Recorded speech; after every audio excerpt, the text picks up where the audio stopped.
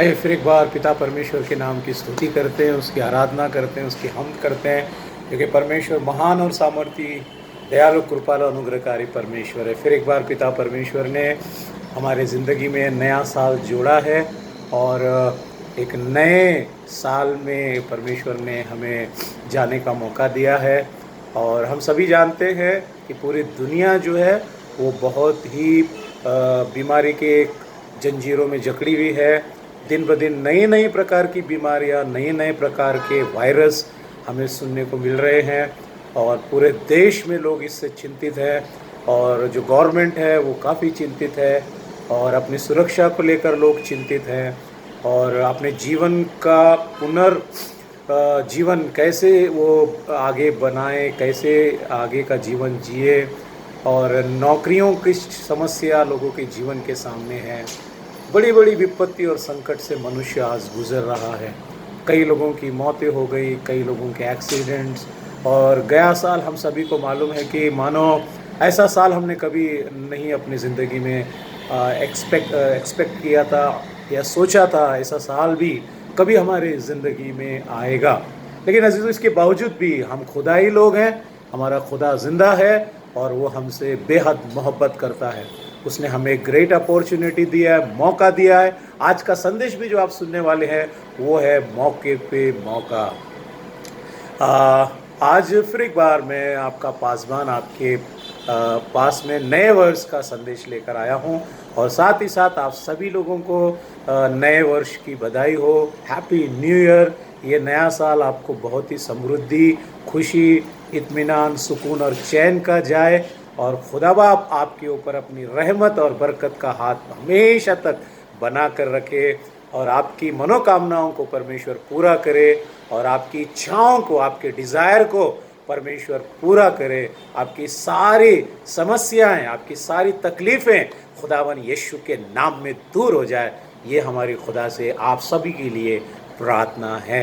आज परमेश्वर के वचन में जब हम मनन और चिंतन करते हैं तो सबसे पहले हम ये देखते हैं कि जब इज़राइल लोग मिस्र की गुलामी से, जब परमेश्वर ने उनको छुड़ाया, मिस्र की गुलामी से जब परमेश्वर ने उन्हें आज़ादी दी, जब गुलामी की जंजीरों को तोड़ा गया और वो मिस्र छोड़कर जब वो बाहर आए, फिरौन के अधिकार से, फिरौन की गुलामी से जब वो बाहर आए, तो इस्राएल लोगों ने उस दिन को नए साल के रूप में मनाया।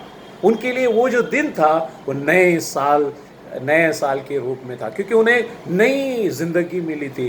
गुलामी की जंजीरें टूट चुकी थी, नई आशा, नया होप, नया जीवन उनके सामने था, क्योंकि खुदा उनको अगुवाई कर रहा था, खुदा उनको जो है चला रहा था, खुदा की अगुवाई में वो लोग आगे बढ़ रहे थे। इसलिए इज़राइल लोगों के लिए वो जो दिन था वो नए वर्ष के रूप में था और उन्होंने उस दिन को नए वर्ष के रूप में मनाया है।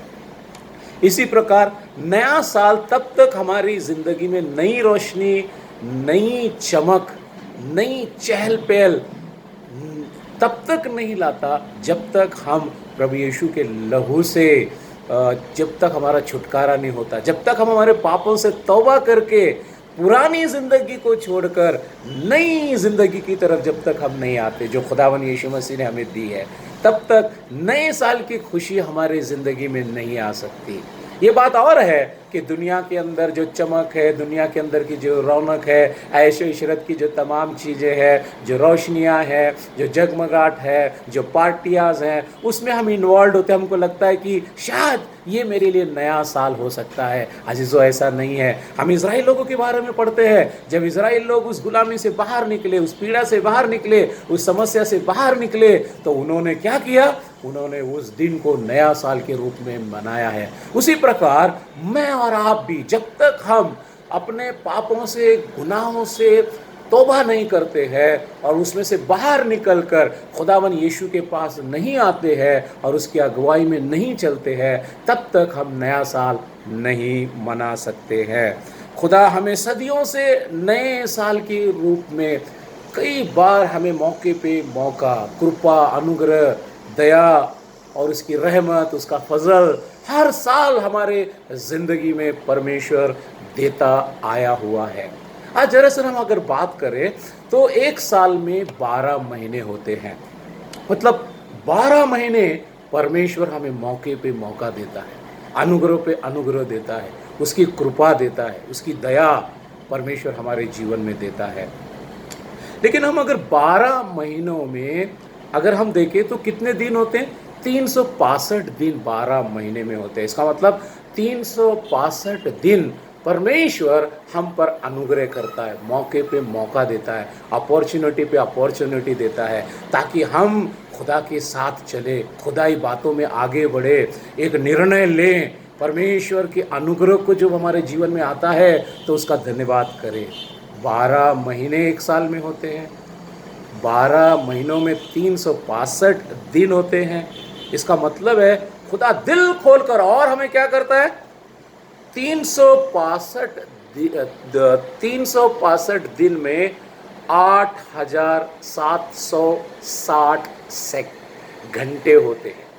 देखो, 8,760 घंटे खुदा हमें मौके पे मौका देता है, अनुग्रह पे अनुग्रह देता है, दया पे दया करता है, करुणा देता है, ताकि हम उसमें बने रहे, उसके साथ चले, उसके फेलोशिप में रहे, उसे स्मरण करे, एक अच्छा निर्णय अपने जीवन में ले। एक साल में 12 महीने, 12 महीने में 365 दिन, 365 दिन में 8,760 घंटे। पूरे दिल को खोल के परमेश्वर हमसे प्रेम करता है और मौके पे मौका देता है। और हम देखते हैं कि 8,760 घंटे, लेकिन 5,25,600 मिनट भी परमेश्वर हमको देता है। ये मिनट, दिन हमें देता है, घंटे हमें देता है, मिनट हमें, कितने मिनट होते हैं? क्या लिखा है? 5,25,600 मिनट परमेश्वर हमको देता है। इतना ही नहीं अजीजों, 3,15,36,000 सेकेंड परमेश्वर एक वर्ष में हमको देता है। कितने सेकेंड होते हैं एक वर्ष में? 3,15,36,000 सेकेंड परमेश्वर हमारे जीवन में देता है। अजीजों, मौका देता है हमको परमेश्वर। परमेश्वर चाहता है कि हम परमेश्वर के साथ एक अच्छा जीवन जिए, परमेश्वर के वचन में बढ़े, परमेश्वर के साथ प्रेम करें, अच्छा निर्णय ले, अच्छे जीवन के साथ लगे। हम कुछ परमेश्वर के वचन से देते हैं कि जब ये इतना समय परमेश्वर जब हमको जीवन में देता है तो हमें कैसे जो है उस परमेश्वर के अंदर जो है उस बात पर विश्वास करना चाहिए और परमेश्वर की बात को माना। मैं कुछ वचन आपके सामने पढ़ता हूँ। इफिसियों की पत्री उसका 5 अध्याय और उसका 16 वचन। इफिसियों की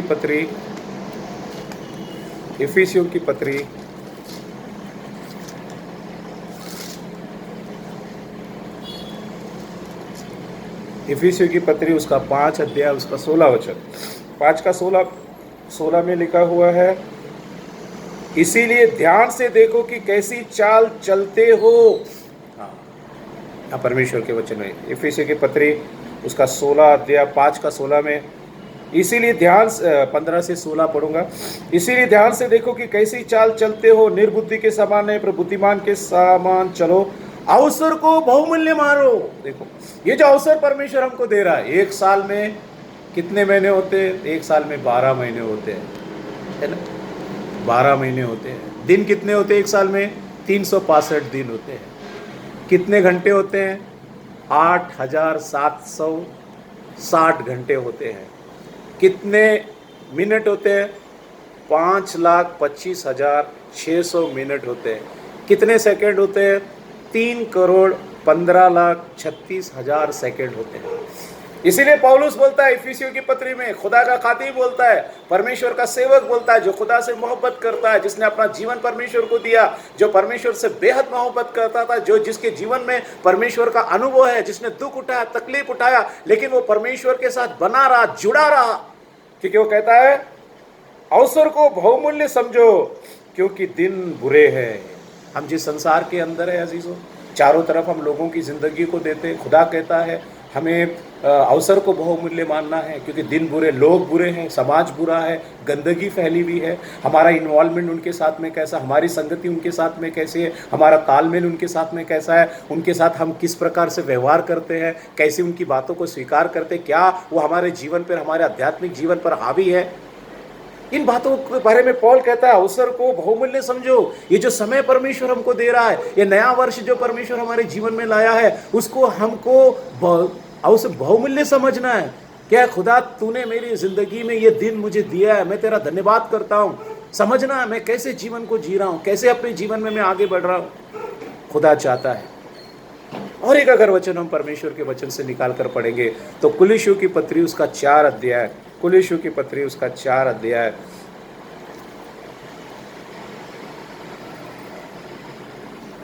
कुलिस्सियों की पत्री उसका 4 अध्याय और उसका 5 वचन। कुलिस्सियों उसका 4 अध्याय और उसका 5 वचन। यहाँ पे इस प्रकार लिखा हुआ है 5 वचन में, अवसर को बहुमूल्य समझकर भार वालों के साथ बुद्धिमान से व्यवहार करो।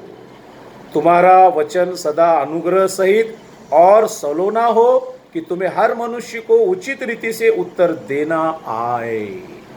जब ये समय प्रभु आपको दे रहा है, खुदा आपको दे रहा है, अपॉर्चुनिटी आपको दे रहा है, 2021 में जब आप पहुंच रहे हैं, परमेश्वर ने आपको ये संधि दिया है, अपॉर्चुनिटी दिया है, तो यहाँ पौल कहता है अवसर को बहुमूल्य समझो, उसको बहुमूल्य समझना है। और कहता है भार वालों के साथ बुद्धिमान के साथ व्यवहार करो। जो हमारे विश्वासी लोग हैं, जो समाज में लोग हैं, उनके साथ हम कैसा व्यवहार करते हैं, उनके साथ हमारा कम्युनिकेशन कैसा है, बर्ताव कैसा है, वो हमारे बातों को लेकर, हमारे बॉडी लैंग्वेज को लेकर, हमारी समझ को लेकर, हमारे बिहेवियर को लेकर, वो किस प्रकार परमेश्वर को देखते हमारे जीवन में। यहाँ से एक बहुत इंपॉर्टेंट बात परमेश्वर के वचन में लिखी हुई है।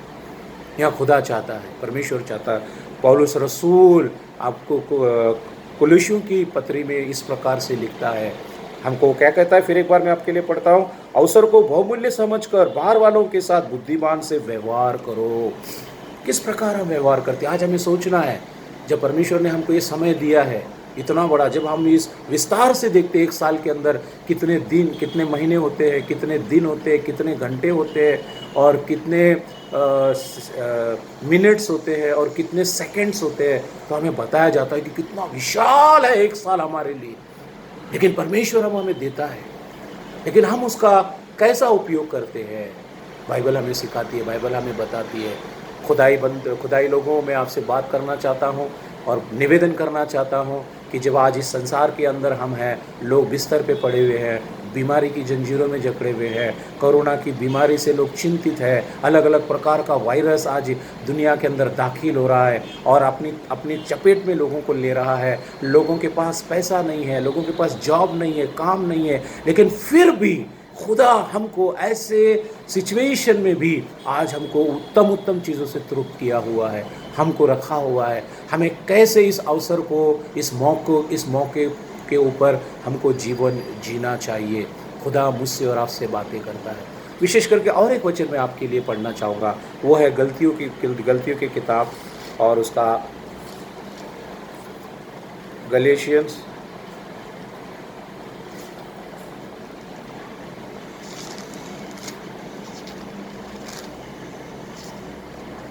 गलतियों की किताब उसका 6 अध्याय और उसका 10 वचन। इसीलिए जहाँ तक अवसर मिले, ध्यान से सुनना है, मैं पढ़ रहा हूँ गलतियों की किताब पत्री उसका 6 अध्याय और उसका 10 वचन। यहाँ लिखा है, इसीलिए जहाँ तक अवसर मिले हम सबके साथ भलाई करें, विशेष करके विश्वासी भाइयों के साथ। Praise the Lord. ये परमेश्वर मुझे अगर ये जीवन दे रहा है, मुझे ये मौका दे रहा है, तो बाइबल कहती है हमें भलाई करना है, लोगों के साथ मिलना है, लोगों के कंसर्न करना है, लोगों की क्या ज़रूरतें हैं, और वो विश्वासी लोगों के साथ में। अजीज़, बाइबल में हम सभी पढ़ते हैं कि खुदा ने उसके बेटे यीशु के लहू के ज़रिए से हम सभी को धोकर शुद्ध और पवित्र किया है, और एक बनाया है। हम सब क्राइस्ट में एक है, हम सब मसीह यीशु में एक है।